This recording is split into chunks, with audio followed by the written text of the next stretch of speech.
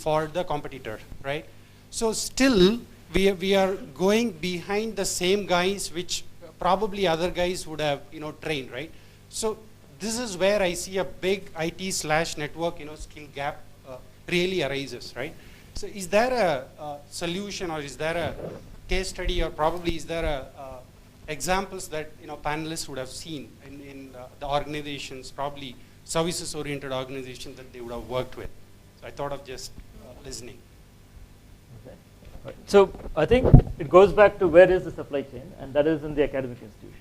So the programs that have been put in place and continue to be is especially for that purpose, to ensure that skills get developed where they need to get developed.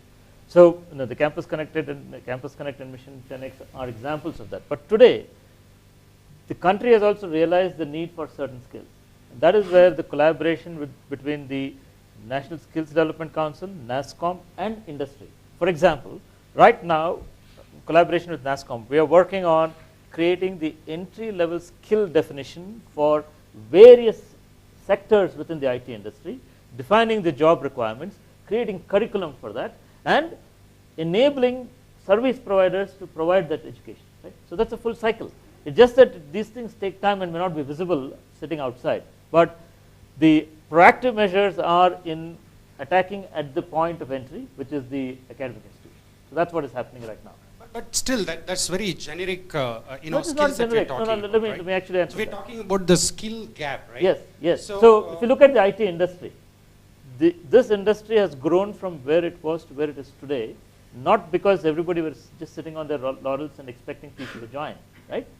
Industry and companies did that in the academic institution for this industry to grow.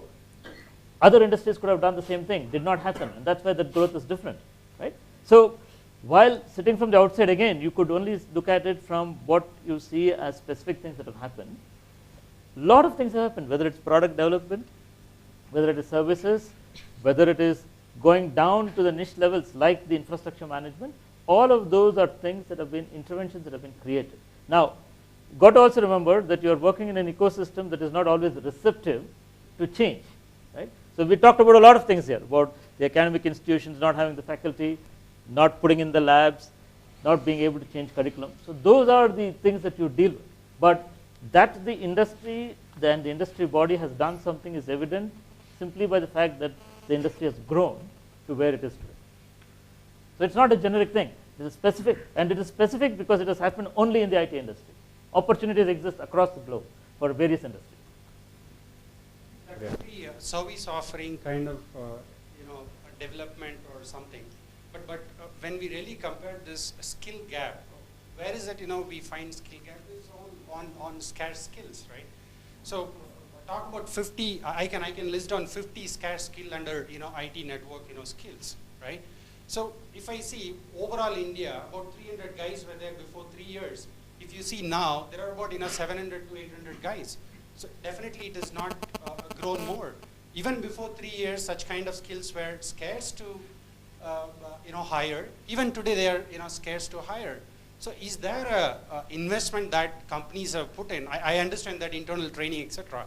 One thing that you also need to take a look at, you're just looking at the skill gap increasing.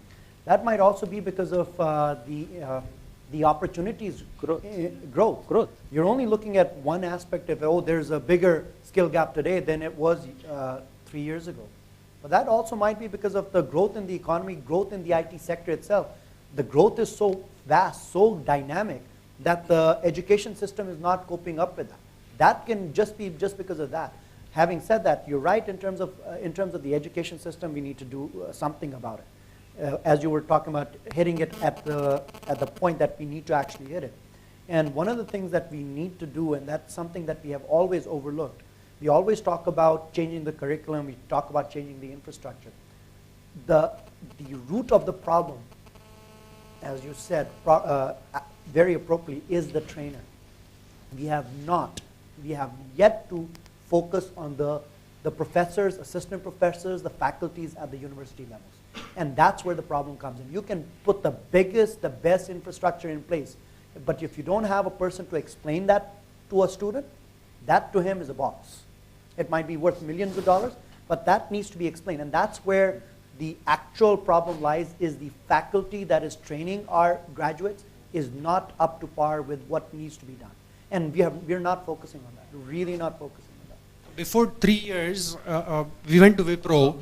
Wipro asked me if we can Can we provide. take this offline? Yeah. Maybe in the after this session, because we need to really close. I'm getting a cue from the panelists. Sure. We really need to close. Thank you. Okay. Sorry for interrupting you. So, just to conclude today's discussion, I think as we all know, networking is doing its job best when they are not visible, right? They are visible only when something screw-ups happen.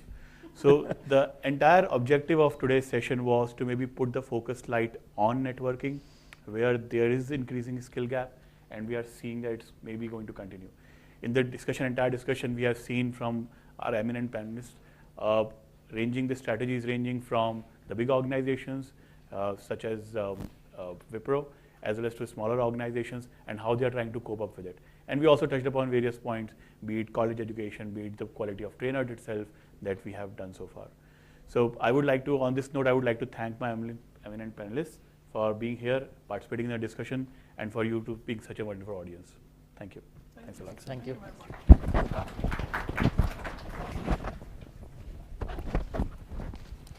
I would request you to be available for the tea and the refreshments outside, please.